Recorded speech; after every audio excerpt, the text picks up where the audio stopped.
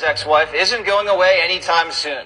Amber Heard planning to appeal the blockbuster verdict that found her liable for defaming Depp, who is seen here living it up in Britain while mingling with his adoring fans.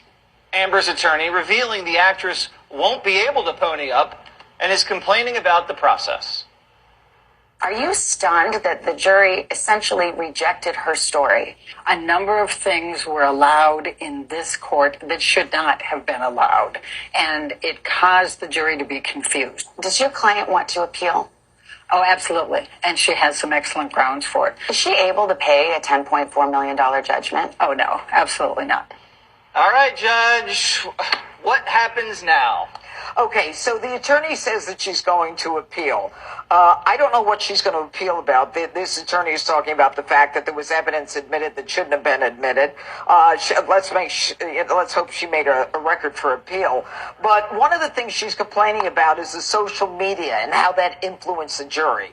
Well, every jury is informed that they cannot consider newspapers or what people say or social media in determining what their verdict is going to be. I suspect that she'll appeal. I don't know if she has the money to appeal, but at the same time, if she doesn't have the money, any future wages she gets will be garnished. There's a judgment against her. It's a legitimate judgment. If there is an appeal, it doesn't mean anything. It doesn't necessarily mean if she wins that there'll be a new trial.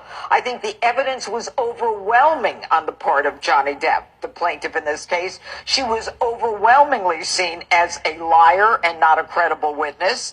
And in the end, I think that, it's kind of interesting that she says I don't have money when she just bought a house. Right. She just insisted on living in 3 penthouses she and her girlfriends that Johnny Depp owns. She was a taker, and we'll see what happens. Good. But what she did, the one thing that she did was she hurt battered women. Mm-hmm. She hurt the women coming forward. And, she talks about how, she felt the wrath of society. No, you created a wrath that wasn't there because you tried to ride on the wings of battered women. Ride on the wings of battered women. Jessica, Is that a metal good song? point.